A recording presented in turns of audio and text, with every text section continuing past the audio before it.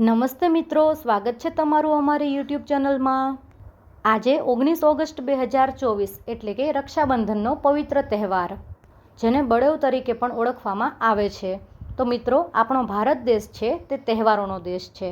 તેમાં અનેક તહેવારોની ઉજવણી થાય છે। આપણે ધાર્મિક, સામાજિક અને રાષ્ટ્રીય તહેવારો ઉજવીએ છીએ। તેમાં રક્ષાબંધનનો તહેવાર આવે છે। રક્ષાબંધન એટલે ભાઈ બહેનનો તહેવાર છે। તેનું બીજું નામ બળેવ છે। રક્ષાબંધન શ્રાવણ મહિનાની પૂનમે આવે છે। તે દિવસે બહેન ભાઈને તિલક કરે છે અને રાખડી બાંધે છે અને મીઠાઈ ખવડાવે છે, ભાઈ બહેનને ભેટ આપે છે। તો હવે જાણી લઈએ કે શા માટે ઉજવાય છે રક્ષાબંધન। રક્ષાબંધનના દિવસે બ્રાહ્મણો જનોઈ બદલે છે। માછીમારો આ દિવસે નાળિયેર વડે દરિયાની પૂજા કરે છે, તેથી તેને નારિયેળી પૂનમ પણ કહેવાય છે। રક્ષાબંધનનો તહેવાર બધા ધર્મના લોકો ઉજવે છે। આજ તો એક વિશેષ દિવસ છે જે ભાઈ બહેનો માટે બનેલો છે। ભાઈના જીવનમાં, ભાઈના જીવન વિકાસમાં બહેનની સ્નેહપૂર્ણ અને પ્રેરક શુભેચ્છાનું પ્રતીક રક્ષાબંધન પર્વ છે। મનુષ્ય જન્મે ત્યારથી તેને કોઈ ને કોઈ પ્રકારનો ભય તો રહેતો જ હોય છે, અને જ્યાં ભય હોય ત્યાં રક્ષા સ્વયંભૂ પ્રગટ થતી હોય છે। રક્ષાની ભાવના પ્રબળ અને તીવ્ર હોય છે। આ રક્ષણ એટલે અંતરની આશીષનું રક્ષણ, હેતભરી શુભ ભાવનાનું રક્ષણ, અદૃશ્ય પરમાત્મા અને દેવદેવીઓને ગદગદ ભાવે કરેલી પ્રાર્થનાનું રક્ષણ। આવું રક્ષણ અભિમન્યુને કુંતીએ તેને રણમોરચે જતા પહેલા રાખડી બાંધી હતી, એવું રક્ષણ પ્રિયજનને આપવા માતાઓ, પત્નીઓ, ભગિનીઓએ રાખડી બાંધ્યાના પ્રસંગો પુરાણોમાં અનેક ઉપલબ્ધ છે। હિન્દુ સમાજમાં શ્રાવણી પૂર્ણિમાના દિવસે બધી જ બહેનો પોતાના ભાઈના કાંડે રાખડી બાંધી તેની સર્વ પ્રકારની રક્ષા ઈચ્છે છે। શું રાખડી બાંધીને કોઈની રક્ષા ખરેખર થઈ શકે? મહત્વ રક્ષાબંધનનું નથી, મહત્વ છે અંતરના જે અમી ઘૂંટીને રાખડી બાંધતી વખતે આશીર્વાદ આપે તેનું છે। આવો ભવ્ય ભાવનાનો તહેવાર માત્ર નિર્જીવ વ્યવહાર બની રહેવો ન જોઈએ। ભાઈને મન રાખડી બંધાવવી એટલે વ્યવહારની એક રસમ પૂરી કરવી, બહેનને શક્તિ અનુસાર કંઈક આપી છૂટવું અને બહેને ભાઈ પાસેથી કંઈ મેળવવાનો હક પૂરો કરવો। આપેલી અને લીધેલી ચીજો કે પૈસા એ ગૌણ વસ્તુ છે, એનું મહત્વ નથી। ભાઈ બહેન વચ્ચે સ્નેહમાં અભિવૃદ્ધિ થાય એ વધુ મહત્વનું છે। આપણે ઉત્સવો પાછળ રહેલા સાંસ્કૃતિક રહસ્યોને જાણવા, માણવા અને પીછાણવા પ્રયત્ન કરવો જોઈએ। ઉત્સવોની અને પ્રતીકોની પાછળ ભાવનું, ભવ્ય ભાવનાનું મહત્વ છે। રક્ષાબંધન પર્વ એટલે ભગીની પ્રેમબંધન। પ્રેમબંધન અને ભાવબંધનના આ પવિત્ર તહેવારનું સામાજિકરણ અને વૈશ્વિકરણ કરવું જોઈએ। રક્ષાબંધનનો પર્વ એટલે દ્રષ્ટિ પરિવર્તનનો પર્વ, ભાઈ બહેનના વિશુદ્ધ પ્રેમનું અસ્ખલિત વહેતું ઝરણું। બહેનની રાખડી હાથ પર બંધાવતાની સાથે જ ભાઈની દ્રષ્ટિમાં આમૂલાગ્ર પરિવર્તન આવી જાય। બહેનના રક્ષણની જવાબદારી ભાઈ સસ્મિત સ્વીકારે છે, જેથી બહેન સમાજમાં નિર્ભયપણે ફરી શકે। બહેન જ્યારે ભાઈને રાખડી બાંધે છે ત્યારે તેના ભાલ પર ચાંદલો કરે છે। સર્વસામાન્ય લાગતી આ પ્રણાલિકામાં દ્રષ્ટિ પરિવર્તનની મહાન પ્રક્રિયાનો સમાવેશ થાય છે। ભાઈના હાથે રાખડી બાંધવી એ હર્ષઘેલી અને વહાલસોઈ બહેનને પોતાના જીવનનો અમૂલ્ય લહાવો લાગે છે। રક્ષાના પ્રત્યેક તંતુમાં ભાઈ બહેનના હૃદયનો નિર્વ્યાજ અને નિતાંત પ્રેમ નીતરતો હોય છે। રાખડી એ માત્ર સૂતરનો તંતુ નથી, એ તો શીલ અને સ્નેહનું રક્ષણ કરતું તેમજ જીવનમાં સંયમની મહત્તા સમજાવતું એક પવિત્ર બંધન છે। ભાઈના હાથે રાખડી બાંધીને બહેન માત્ર પોતાનું જ રક્ષણ ઈચ્છે છે એટલું જ નહીં, પરંતુ સમસ્ત સ્ત્રી સમાજને પોતાના ભાઈનું રક્ષણ મળે એવી ભવ્ય ભાવના અને અપેક્ષા રાખે છે। સાથોસાથ પોતાનો ભાઈ અંતઃકરણના શત્રુઓ કામ, ક્રોધ, લોભ, મોહ, મદ, મત્સર, આશા, તૃષ્ણા વગેરે ઉપર વિજય મેળવે એવી આકાંક્ષા પણ સેવે છે। રક્ષાબંધન વખતે બહેન બંધનનું એટલે કે ધ્યેયનું રક્ષણ કરવા સૂચન કરે છે। ભાઈ બહેનની રક્ષા અર્થે સર્વસ્વ આપવાની તત્પરતા દાખવે છે। આ સર્વસ્વ આપવાની તૈયારીના પ્રતીક રૂપે બહેનને ભેટ તરીકે દક્ષિણા આપે છે। પ્રતીક એ મૌનની ભાષા છે। આ પ્રતીકની પાછળ ભવ્ય ભાવનાની સુગંધ છુપાયેલી છે। પરંતુ આપણા ભારત દેશમાં જે પૌરાણિક કાળમાં બની ગયેલી ઘટનાઓ છે તેના વિશે આપણે જાણવું જોઈએ।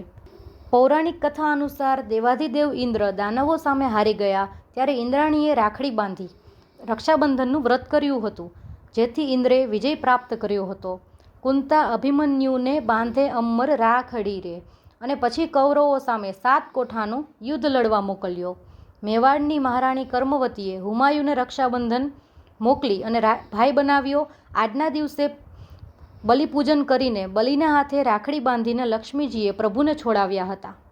રક્ષાબંધન એ બહેનને માટે પોતાના વહાલ સોયા ભાઈ પ્રત્યેની નિષ્પાપ, નિર્મળ અને નિસ્વાર્થ ભાવે સેવેલી શુભેચ્છાઓનું અને ત્યાગનું મહામૂલું પવિત્ર પ્રતીક છે.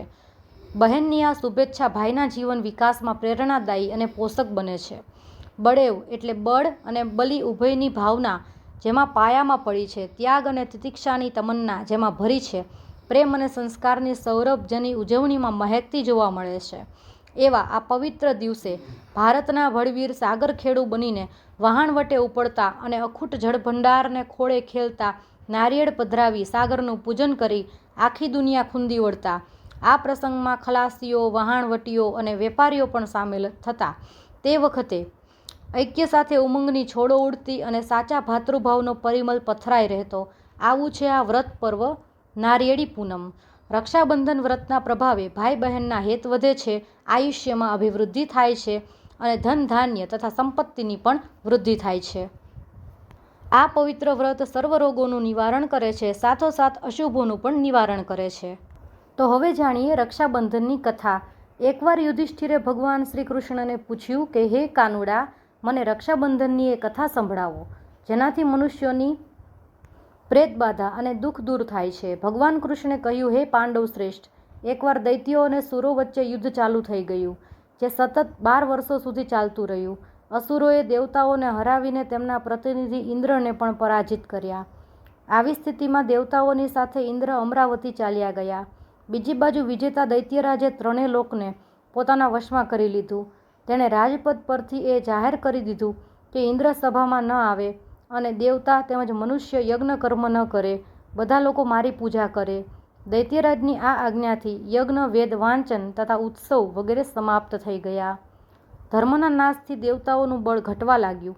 આ જોઈને ઇન્દ્ર પોતાના ગુરુ બુધ પાસે ગયા અને તેમના પગમાં પડીને વિનંતી કરવા લાગ્યા, હે ગુરુવર, આવી સ્થિતિમાં સંજોગો કહે છે કે મારે અહીં જ પ્રાણ ત્યાગવા જોઈએ. ના તો હું ભાગી શકું છું અને ન તો યુદ્ધનો સામનો કરી શકું છું. મને કોઈ ઉપાય બતાવો. બુદ્ધે ઇન્દ્રની વેદના સાંભળીને તેને રક્ષા વિધાન કરવાનું કહ્યું. શ્રાવણની પૂનમની વહેલી સવારે નીચે આપેલા મંત્ર વડે રક્ષા વિધાન પૂરો કરવામાં આવ્યો. યેન બદ્ધો બલિર્રાજા દાનવેન્દ્રો મહાબલઃ તેન ત્વામ ભિવદનામિ રક્ષે માચલઃ. ઇન્દ્રાણીએ શ્રાવણી પૂનમના પાવન અવસર પર બ્રાહ્મણો પાસેથી આશીર્વચન મેળવી રક્ષાસૂત્ર લીધું અને ઇન્દ્રના જમણા હાથે બાંધીને યુદ્ધભૂમિમાં લડવા મોકલી આપ્યા. રક્ષાબંધનના પ્રભાવથી દૈત્ય ભાગી ગયા અને ઇન્દ્રનો વિજય થયો. રક્ષા બાંધવાની પ્રથાની શરૂઆત અહીંથી થાય છે. આ રક્ષાબંધનના પર્વ સાથે બીજી એક કથા પણ સંકળાયેલી છે, જે કૃષ્ણ દ્રૌપદીની કથા છે. એકવાર ભગવાન શ્રી કૃષ્ણના હાથમાં શેરડી ખાતા ખાતા તે વાગી ગઈ અને લોહીની ધારા વહેવા માંડી.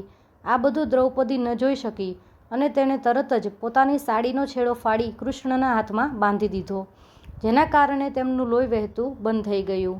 કેટલાક સમય પછી જ્યારે દુશાસને દ્રૌપદીના ચીર હર્યા, ત્યારે શ્રી કૃષ્ણે તેમના ચીર વધારીને આ બંધનનો ઉપકાર વાળ્યો. આ પ્રસંગ પણ રક્ષાબંધનના મહત્વને દર્શાવે છે. એક બીજી પણ કથા છે, હુમાયુ કર્ણાવતીની કથા. મધ્યકાળના ઇતિહાસની આ ઘટના છે. ચિત્તોડની હિન્દુ રાણી કર્ણાવતીએ દિલ્હીના મોગલ બાદશાહ હુમાયુને પોતાનો ભાઈ માનીને તેને રાખડી મોકલી હતી. હુમાયુએ રાણી કર્ણાવતીની રાખડી સ્વીકારી અને ખરા સમયે રાણીના સન્માનની રક્ષા કરવા ગુજરાતના રાજા જોડે યુદ્ધ કર્યું. તો મિત્રો, આ હતું રક્ષાબંધનનું પર્વનું મહત્ત્વ અને તેની પૌરાણિક કથાઓ. તો આ પવિત્ર રક્ષાબંધનનો તહેવાર ભવ્ય રીતે ઉજવો અને આનંદ કરો.